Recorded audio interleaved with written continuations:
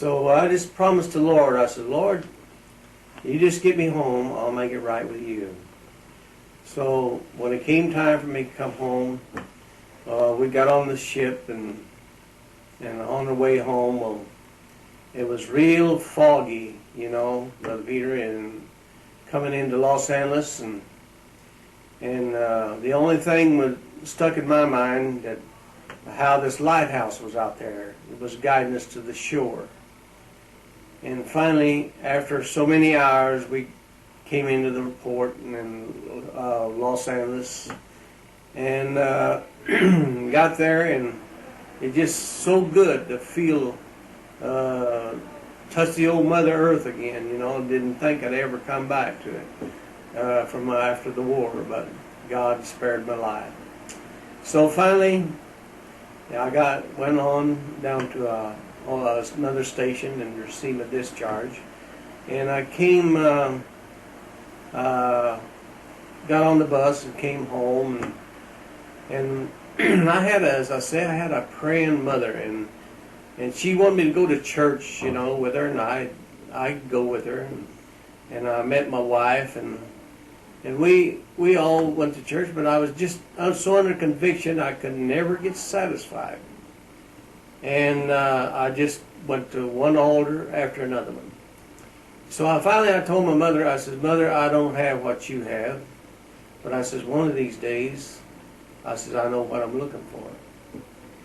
And so practically a year had passed. It was 1946, and my wife, she wanted to be back in Arizona, Arkansas it was, to where our first baby was to be born. And so after our baby was born, well, we heard Brother Brandon going to be in Pine Bluff, Arkansas. And so as we thought on it, and I said, well, honey, I don't want to go unless you go. She said, you go ahead. She persuaded me to go ahead. He's getting a big bus load, to go over there. And so I said, okay, I'll go with them. And so we got on the bus and started out for Pine Bluff, Arkansas. And Brother Peter, coming up to the meetings, people was coming in ambulance, and people was dropped them off on any way to get there in this church we were at.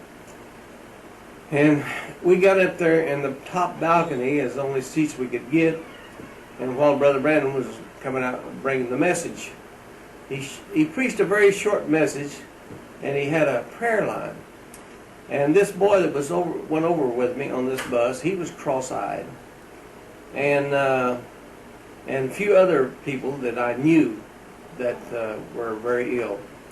And so, as I was watching Brother Brandon pray, and blind eyes open, and deaf ears unstopped, well, I couldn't get over that feeling. I wanted to shake that man's hand.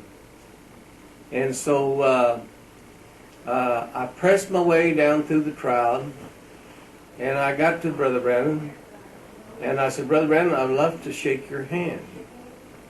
So I got in and I shook his hand. It was just like if you touch a hot wire. I never felt anything like it.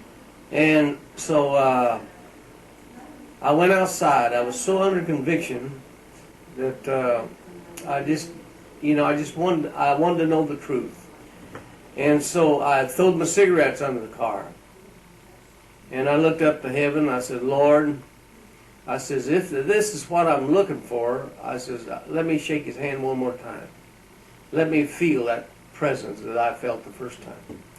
So I went back in there. I pressed my way through the crowd again and shook Brother Brandon's hand. And it's the same thing. I felt the same thing. I was satisfied. I didn't understand it, but I knew that what I was looking for, that I was happy. And I just went on till I received the baptism of the Holy Ghost, and God marvelously satisfied my heart and life. Later down the years, Well, God revealed to me, what the first and second, third pull was. But anyway, after that, we went on back home. And told my wife all the good things, what was taking place, and then give my testimony in church, how God just opened my eyes to this message, And so we went on after that, I guess maybe a couple weeks later, my wife and I, we got in a car and we taken off back to California, our home was there. And so Brother Branham was going to be up in Fresno, California, a little town the other side of Fresno. And so